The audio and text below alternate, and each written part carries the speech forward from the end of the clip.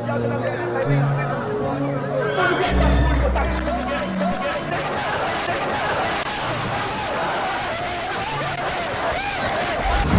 angka ng mga Peñalosa ay isa sa mga boksingero ang maituturing natin sadyang mga talentado sa larangan ng boxing.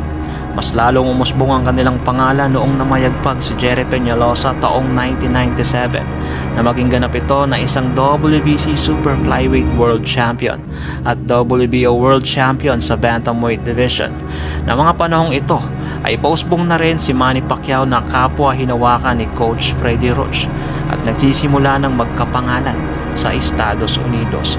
Bukod kay Jerry Peñalosa, ang kanyang nakatatandang kapatid na si Dodi Boy Peñalosa Sr.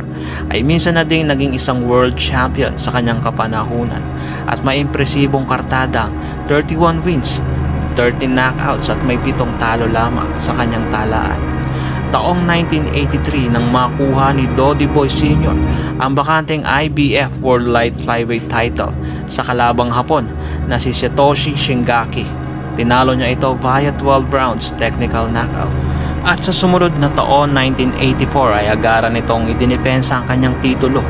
Lumipad sa Seoul, South Korea ang ating kababayan para dayuhin si Jae Hong Kim sa kanyang mismong baluarte. Biruin mo, ang champion pa ang dumayo para idepensa ang kanyang titulo.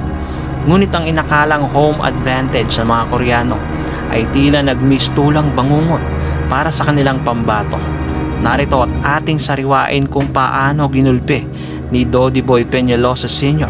si Jae Hong Kim sa harap mismo ng kanyang mga kababayan.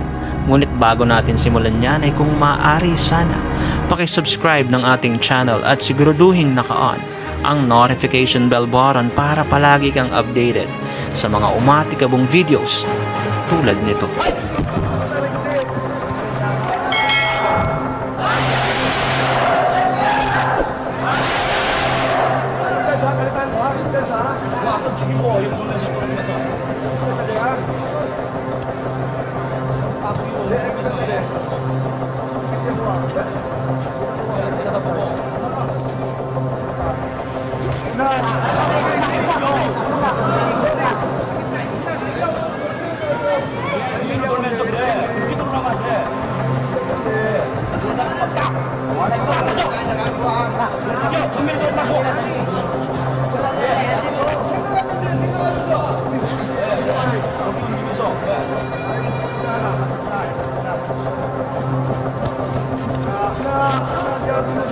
그런 식이란 말이야.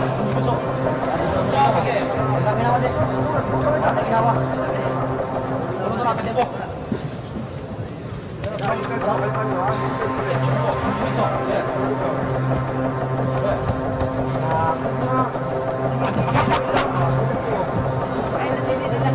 재영아, 숙여야 돼. 얘를 좀 해서.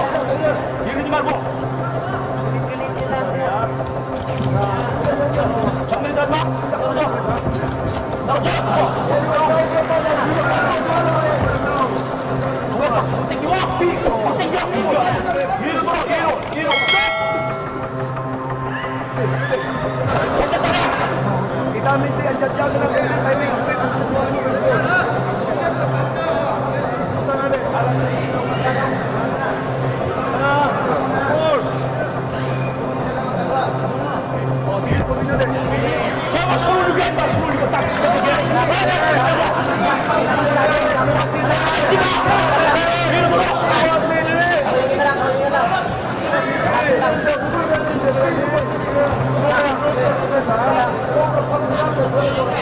그래, 그렇게 손 딱 올리고 그래.